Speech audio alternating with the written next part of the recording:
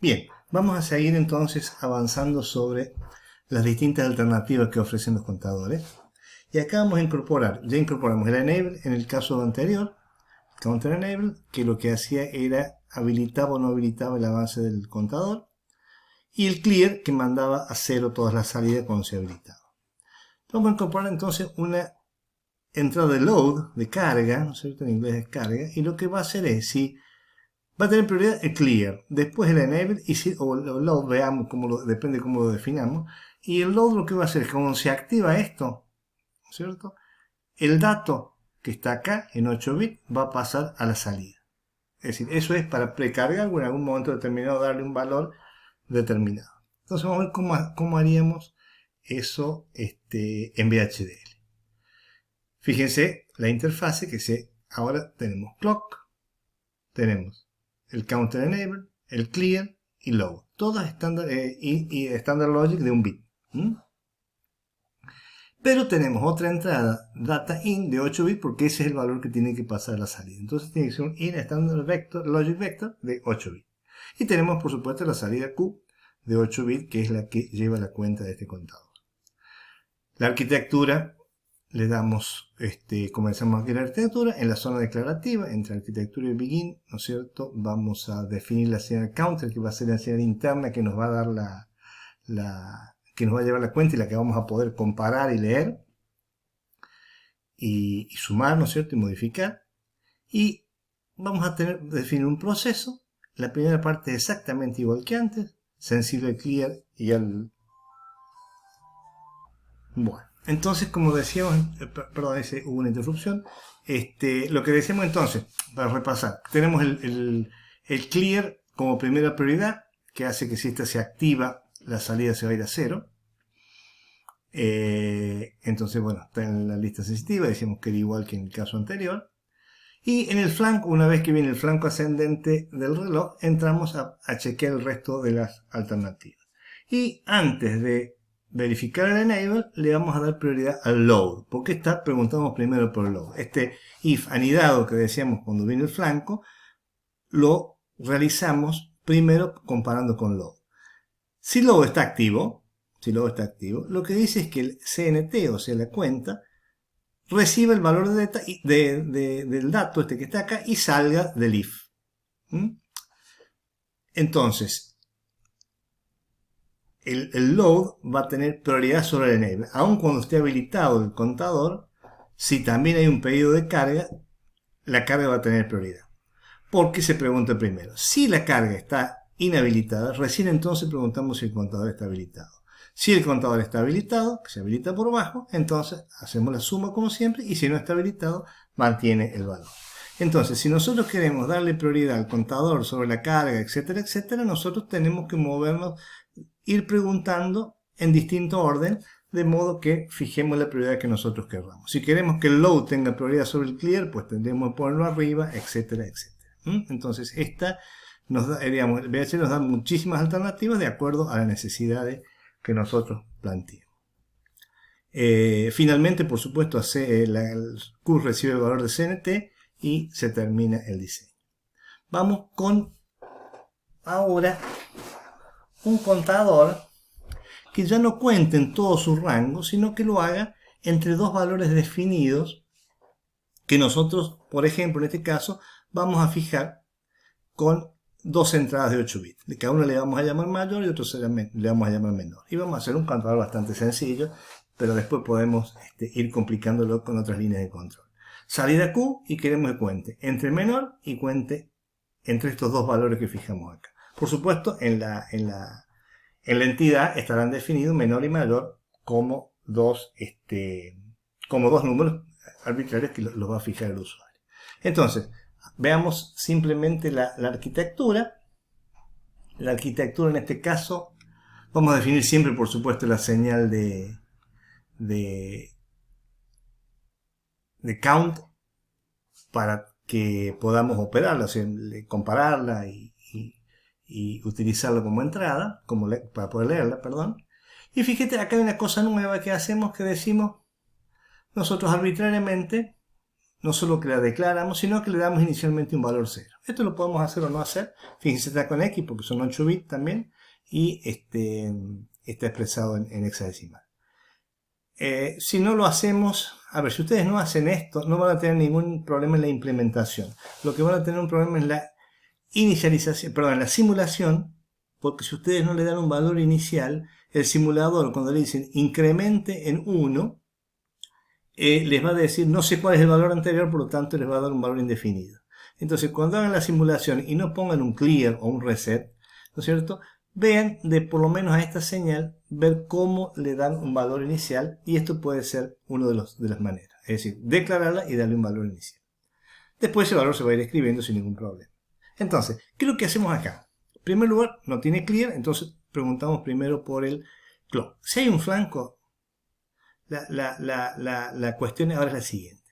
Si hay un flanco, se pregunta si counter, la cuenta, alcanzó el valor mayor que tenemos nosotros. Si lo alcanzó, nosotros no queremos que siga incrementando, sino que queremos que ya alcanzó el valor mayor, se vaya al valor menor y que de ahí siga incrementando. Entonces, la consigna de acá es, si viene un flanco nuevo y ya está en el valor máximo, que pase al valor mínimo. Si no es así, que incremente la cuenta. Entonces, esta cuenta, si esto no alcanzó el valor mayor, supongamos que está en mayor menos 1, entonces va a ejecutar esto. Cuando llegue a mayor, la próxima vez entra acá y se va hasta el valor menor y sigue la cuenta como siempre. Entonces, esto a nosotros nos permite contar entre dos números cualquiera. Supongamos que menor fuese 0, contamos entre 0 y el valor que entremos en la otra entrada. Esto es útil porque también nos da la posibilidad de contar entre cualquier rango de valores. Bien. Y ahora vamos a hacer una última alternativa, por supuesto que se puede jugar con esta, y es aquel contador que cuenta en forma ascendente o descendente dependiendo de cuál de estas entradas está activada. Por ejemplo, dependiendo si esta entrada up-down está en 1 o está en 0. Tiene también un enable y tiene un clear. Entonces, lo primero que vemos es la interfase. Se incorpora solamente el up-down, la señal esa de entrada, que es una standard logic, y la salida sigue siendo de 8 bits. En la arquitectura declaramos la señal nuestra con la que vamos a hacer la cuenta, y el proceso queda definido de la siguiente manera. Como tiene un clear asincrónico, que tiene prioridad sobre el clock, preguntamos por el clear y mandamos a 0 CNT si esa señal está activa. Como se activa por bajo, preguntamos por 0.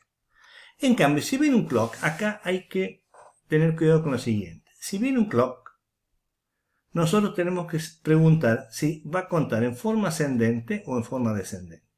Entonces, si va a estar habilitado o no va a estar habilitado primero.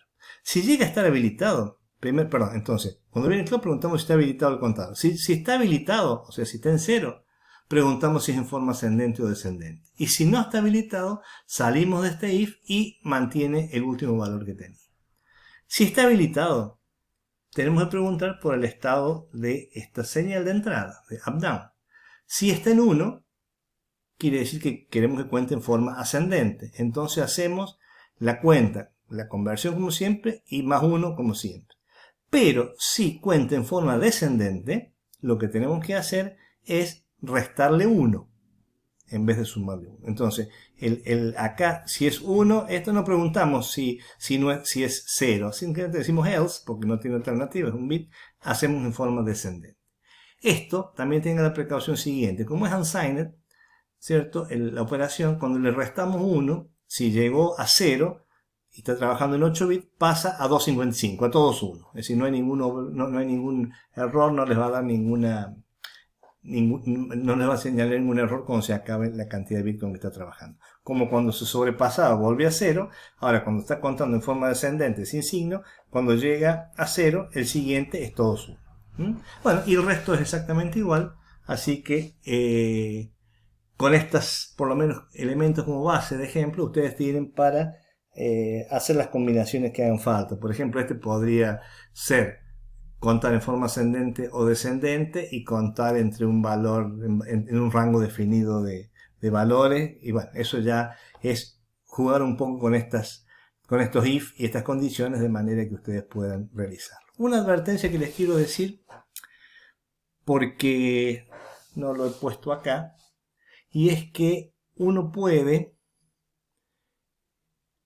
hacer el clear en forma sincrónica. ¿Qué significa en forma sincrónica? Que primero vamos a preguntar por el clock y después lo primero que preguntaríamos es si preguntamos si hay un flanco ascendente y después preguntamos si el reset está activo.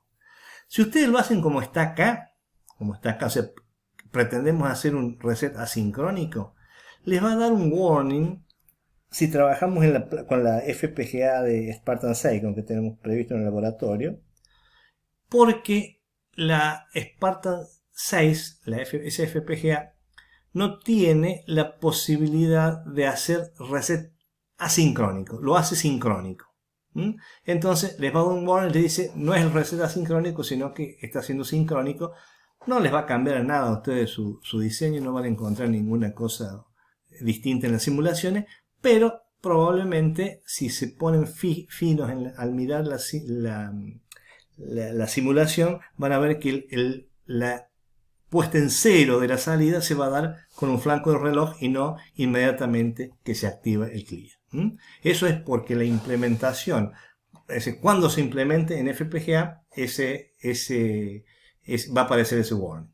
En VHDL puro, la simulación así va a dar lo que ustedes quieren, pero en la implementación les puedo dar un warning diciendo no puedo, este hardware no me permite implementar reset asincrónico, así que lo vamos a hacer sincrónico. Y ahí hay una pequeña diferencia puede haber entre la simulación que hace este VHDL con la que hace después de sintetizado. Bueno, con eso terminamos el tema de contadores y vamos a pasar al último tema, que es registro de desplazamiento.